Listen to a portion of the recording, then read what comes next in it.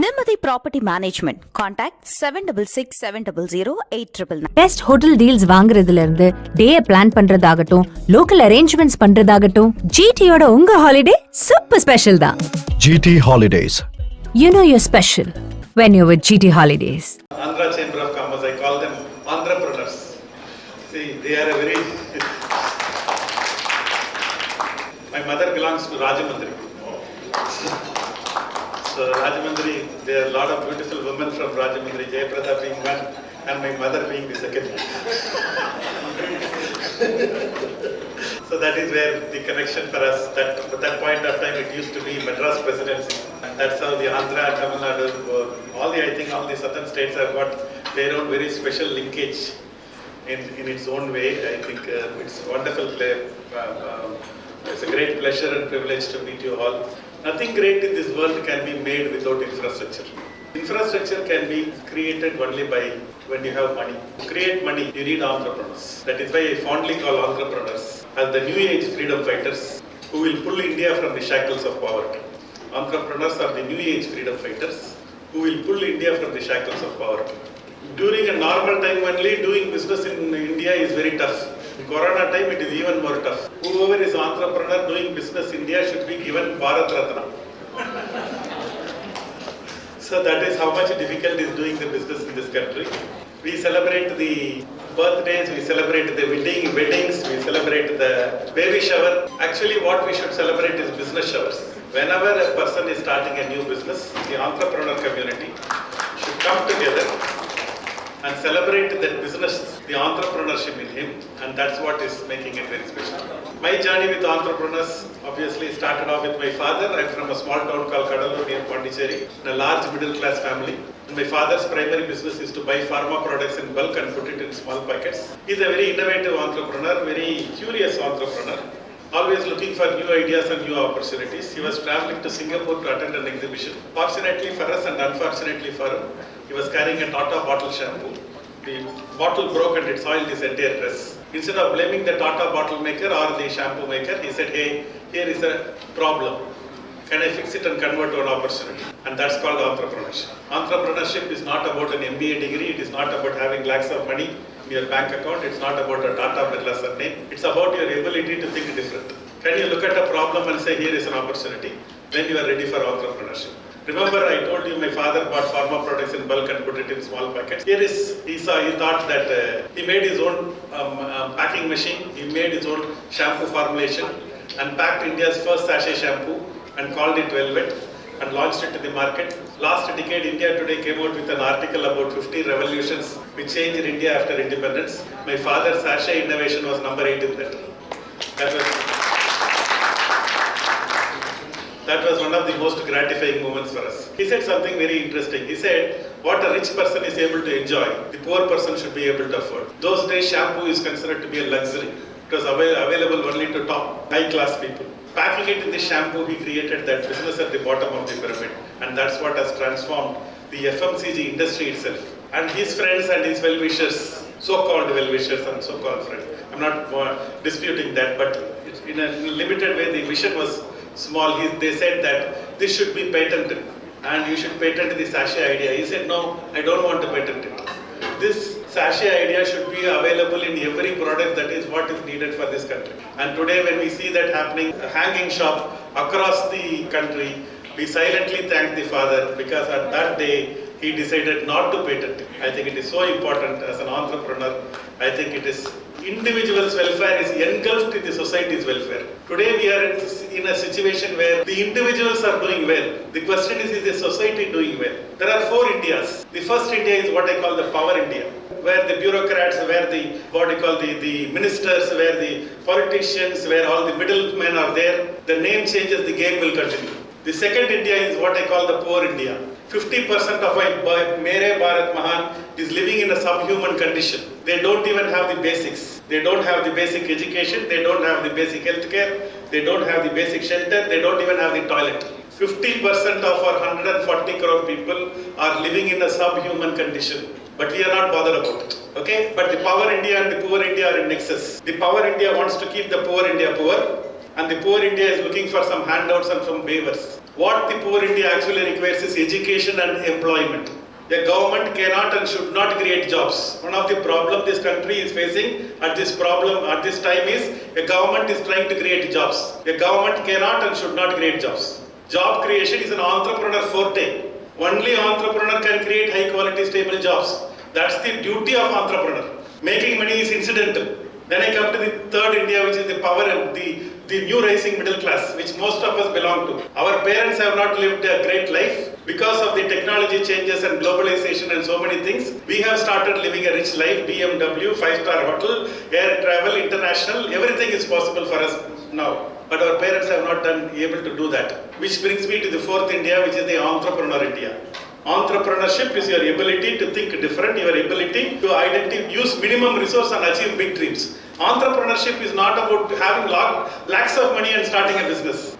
It's your ability to have minimum resource and achieve big dreams. Nature, when it adds difficulty, throws in brains also. Using the brain, the entrepreneur will solve the problem, and by solving the problem, he will create jobs, he will create employment, and he will take the what you call business and life forward. The fourth India, which is the entrepreneur India, should partner with the third India, which is the new rising middle class, and come to power India to give solution to the poor India. That is why I call entrepreneurs as the new age freedom fighters who will pull India from the shackles of poverty.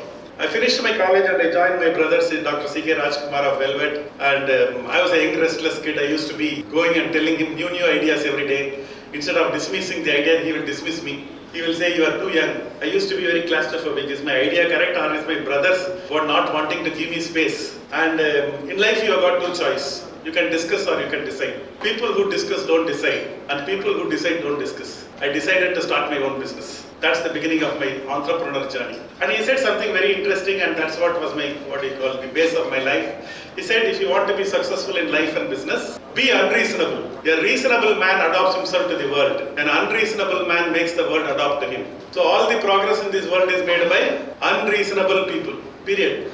Rain fills the size of the vessel you carry. Keep a spoon outside, rain will fill a spoon, a tumbler outside, a bucket outside, a river outside, a ocean outside. What is the size of your dream? Do you want to make lakh of rupees a month? Do you want to make 5 lakhs a month? Do you want to give job to 100 people? Do you want to be best in Tamil Nadu? Do you want to be the number one in the country? Or do you want to leave a mark in this world? It takes as much time and energy to lead an ordinary life as it takes to lead an extraordinary life. Might as well lead an extraordinary life. There is a beautiful scene in the movie called Pursuit of Happiness. In that, the father, Will Smith, will get a basketball gift to his son. Next day morning, the father and the son will get into the basketball court. This young kid will dribble and try to shoot the ball. The ball will not get into the basket. The father will scream, "Hey boy, you can't shoot now. Don't try. You need to grow." And he will walk out of the court. And he will look at the boy. This boy will again dribble. This time he will throw the ball. The ball will get into the basket. The father will come into the court and put his arm around the shoulder and tell this little boy, just because the world thinks they cannot, they will tell you you cannot. If you have a dream, go ahead and shoot it. Do not listen to this world. And that's the lesson I got from my brother at that point of time. After that, I want to talk about two quick things. One is a good thing and another is a bad thing, which happened in my business journey. I'll talk about the bad thing first and then talk about the good thing. The bad thing is we are all Indians. We are good people. We are God-fearing people. We are not God-loving people. Especially when we have more problem, we will love God a lot more. Tomorrow exam is there, we will go and break one coconut to that Ganesha as if that fellow is waiting for that. Okay, I had more problems in business and money problems, so immediately I became one big Ayyappa devotee. I went to Sabarimala every year. When I had more problems, I went twice. That poor fellow Ayyappa didn't help me. So I came down and I changed. I changed to Balaji. I went up to Tirupati and I bribed that guy. That Balaji also didn't help. So I came down and I went in search of these Allahs and the Jesus and the astrologer and the numerologist and the gemologist and the vastuologist. Already I was poor. These people made me even poor. That is when I went to Ramakrishna Mutt, saw a picture of Swami Vivekananda. Below the picture it was written, to me he is not an atheist who does not believe in God. To me he is an atheist who does not believe in himself. For the belief in God starts with the belief in self. I got the message what I wanted. Started believing in myself. Slowly but steadily my life started changing. Today there is a Monday God. Some gods are powerful on Thursdays. Some gods are powerful on Saturdays. Some gods are powerful in the morning and some gods are powerful in the night. Some gods will come home, bless you, take some money and go away. There is a tamasha happening in this country in the label of God. Ours is the only country where the first bribe is to God. And the first corruption is God accepting the bribe and not honoring the commitment. There was one guy who was praying to God every day for 3 years. Every day he was praying, I want to win a lottery ticket, I want to win a lottery ticket, I want to win a lottery ticket. One day God got very angry, it seems. He came in his dreams and told, first to go buy a lottery ticket. Keep on praying and praying and praying and not doing any work. What can that poor fellow God do? Today my routine is 5 minutes, pray as though everything depends on God. Rest of the waking moment, work as though everything depends on me. I think God did not create man. Man created God. But it's a useful creation. Minus that creation, the world will not be together. Rich people beg inside the temple. Poor people beg outside the temple. Whether you are rich or poor depends on where you are begging. God is not the author of your destiny. God is a co-author of your destiny. First is self-belief, then is God-belief. That is the lesson I got from my life at that point of time. The next one is, it happened when I was in class 7. My father told one line on the go. He told that business success and English are related. Here is a Tamil medium boy, and father is a role model, want to be like the father, and he says business success and English are related. So I started reading Hindu paper, only that sports page I can read, nothing much. And then I went to Coimbatore, bigger college, a co-ed college, a bigger city, co-ed college, English medium. I was like a fish out of water, not knowing what's happening, but slowly but steadily got adjusted to the new environment. And I used to bunk most of the classes. One Professor Tyagarajan used to take class like that without any book. One day he was talking about a book called Future Shock by Alvin Toffler. In that the Alvin Toffler predicted whatever is the digital revolution, what we are enjoying today is predicted by Alvin Toffler way back in 1970s. And one of my favorite Alvin Toffler quotes is, he says, so nice, which is very relevant at this point of time. He says, the illiterates of the 21st century are not the ones who cannot read and write. The illiterates of the 21st century are the ones who cannot learn, unlearn and relearn. Corona has come and told us, boss, whatever you are doing before Corona, after Corona, life has completely changed. Don't come with the old rules because life has changed, people have changed, the world has changed. Are you willing to unlearn? Are you willing to relearn? Are you willing to learn something new? Not with the new old thing, it will not work. In business life has completely changed. For instance, the Zoom call, what we are digitally, now we are connected all over the world. When the Skype at those point of time, Skype was the thing. Earlier, for making the trunk call, it used to be very costly. Then Skype came and it made everything no cost. And during the early 2000, when Skype was testing one video call, at that point of time, they had 20 lakh audio call customers. They have to disconnect all the 20 lakh customers to give one line video call to test it. That is as much bandwidth which was required to test one bandwidth. Today we know watchman is not even sleeping, he is watching only movies. So that much changed the Zoom calls and the data, and India is the highest data consumption, cheapest in the world, youngest country. There is so many advantages. If you look at India has got that kind of advantages is there for us. The point is, are we willing to unlearn and relearn is what is the thing. I went and bought that Future Shock book, 440 page book. So far I would have read some 40 page. Every time I try to read one half page only, I will sleep off. And so far 40 page only I can read. But I was in search mode. I was, I went to my favorite bookshop called Landmark. It's ironic now it is closed. I browsed that counter. And I saw one book titled Innovative Secrets of Success. I love these two words. One is innovation, another is success. Since both the words are together, I took that book. After that, my life changed. I opened that book. It was not a book. It was an audio cassette. I got a Walkman, put this cassette into this Walkman and started listening. First time I heard an English guy speak in a language with which I can understand. After that, audio learning became my habit. Today, I have got more than 1,000 audio video collections. For the past 30 years, I am investing into this habit 3 hours every day. That's why I am standing in front of yours and speaking. Formal education will make you survive in life. Continuous education will make you a fortune. Formal education will make you survive in life. Continuous education will make you a fortune. That is why all the first rank holders, gold medalists, will be working for average students and backbenchers. That is called life. Life does not belong to the what you call gold medalists and first rank holders. Life belongs to the backbenchers and the average student. Why it works? Because after studying so hard, these gold medalists and first rank holders want to take some rest and want to chill for some time. By the time this continuous education guys come into the picture and they start running the race, and it is like the hare and the tortoise race. We all know that hare and the tortoise run the race. Hare goes and takes rest and the tortoise finishes. Unfortunately, the race now is not between the hare and the tortoise. The race is between one hare and another hare. Chinese hare is running, African hare is running, European hare is running, American hare. There is no time for slow and steady. You have to be fast and steady. How are you going to do that? For that continuous education. How much, the Jim Rohn says it so beautifully, one of my all-time favorite, he says, you are an average of 5 people with whom you associate on a daily basis. You are an average of 5 people with whom you associate on a daily basis. Your wife, your brother, your neighbor, your friends, your boss divided by 5, that's you. If you want your life to change, these 5 people have to change. And that is possible, but who are you meeting now? What forum are you attending? What books are you reading? What video are you seeing? What are you learning new every day? Stephen Covey puts it so beautifully. He says 50% of your current knowledge is irrelevant every 2 years. That means if you are not learning anything new, for 4 years you are at ground zero. How many people are learning after the college? And that's the difference. All leaders are readers. Today, the beauty of the audio learning is you don't require, you can convert all your downtime into uptime. If you want to read a book, the lighting should be good, nobody should be disturbing, and that's when you can read some 30-40 pages. See, the beauty of audio is I put my earplug here, let the world go to hell. I converted all my downtime into uptime.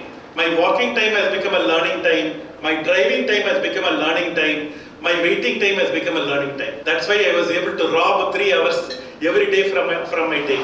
We keep on going in the car and we keep listening to the Ilayaraja music and A.R. Rahman music. We listen to them, only their life will change. Our life won't change. If you want our life to change, how we are converting our downtime to uptime. And that's what has audio learning helped for me. Each one can find their own method. But today with the what you call the social media, the so many cassettes and the audios and things like that are available. I've got Tough Times Never Lost by Tough People Do by Robert Schuller, 7 Habits of Highly Effective People by Stephen R. Covey. If you are going to read one book, read that one book. Be proactive. Habit number 1. Begin with an end in mind.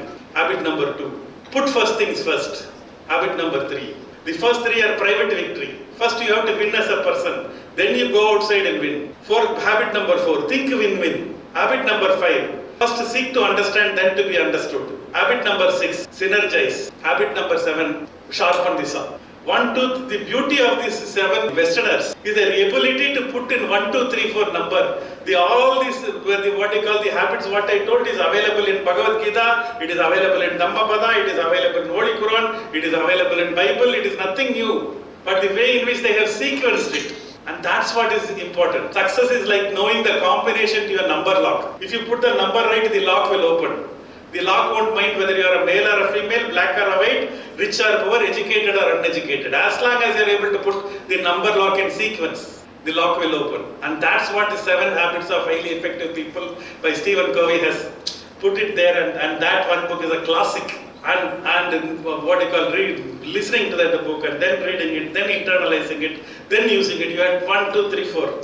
I think that's how you go through life. And I want to share one 4-step lesson what my mom taught us. The first one is, as a parting thought, first one is be an eternal optimist. It is not once in a while optimist, or when things are going well, being an optimist, anyone can do it. The glass is half full or half empty. Depends on how you are looking at it. Can you look at the glass as half full always? Be an eternal optimist. It is not once in a while optimist. The optimist learns more. Because he learns more, he has the right information at the right time. The optimist tries more. Because he tries more, he is invariably successful. Optimist persists more. Because he persists more, invariably he is able to hit the right button. Be an eternal optimist. Second point she was talking about is value people. People are very important. Especially the people who are physically, mentally, financially, psychologically, socially below you. Pull them up, don't push them down. Call the driver by name. Celebrate the mate's birthday. Little things can change lives. Can you pull them up? And that's what is the duty of people who have arrived in life. People who have got money and knowledge have to be shared. Are you ready to do that? Value people. People are very important. The third one is the most difficult one, which will appear very simple. It's called be true to yourself. What you feel, what you think, what you say, what you do, and what you report having done should be the same. What you feel, what you think, what you say, what you do, and what you report having done should be the same. That's called be true to yourself. And last one is enjoy life. Don't take life seriously. Life is not an ordeal. Life is a celebration. Look at life and enjoy life. A lot of people take life very serious. No. Life is to be enjoyed. Every day should be a celebration. And that's the 1, 2, 3, 4 point she says, one of my this thing is take pictures. It's a very simple, very powerful way to enjoy life now. Like I say that in life and selfie, find your own place. Life has kept an imaginary frame. You will not be able to see that. Whereas when I keep a selfie frame and keep it like something like this, unless you come into the frame, I won't be able to take your picture. Same is life. Life is kept an imaginary frame. Are you ready to put your hand up and say, I want my position? Otherwise, life is I used to think till 30, 40, when life is very unfair, you should be well connected, you should do blah, blah, blah, all those things I used to think. Then I realized, no, nothing like that. Talent is the greatest equalizer. It is not born for so-and-so, son of riches, that and all is not required. Today, the Natarajan bowler from Salon has become popular because of his talent. Talent is the equalizer. If you build a talent, nothing in the world can stop you. Dhoni, where does he come from? One Ranchi, unknown place. Today, where is he? That's talent. Everything is possible if you keep on improving your talent. Talent is the greatest equalizer. There are a lot of times we think he's got a silver spoon, golden spoon, I am not lucky, astrology chart. No, I'll leave everything out. That talent, where you identify your plus point and you keep that, world is fair in long run. We all take what you call account daily and we think that world is very unfair. No. World is very fair. But world is fair in the long run. In life, long cut is the shortcut. People who take the shortcut will keep on coming around and around in circle. People who take that long cut will take a little more time, but eventually they will arrive. And that's what is my life lesson. Thank you so much for this wonderful opportunity. I end with one of my Abdul Kalam's favorite quote, which is, your entry into this world can go unnoticed. Your exit should not be.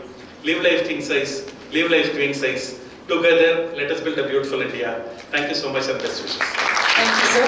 Now the floor is open for Q&A.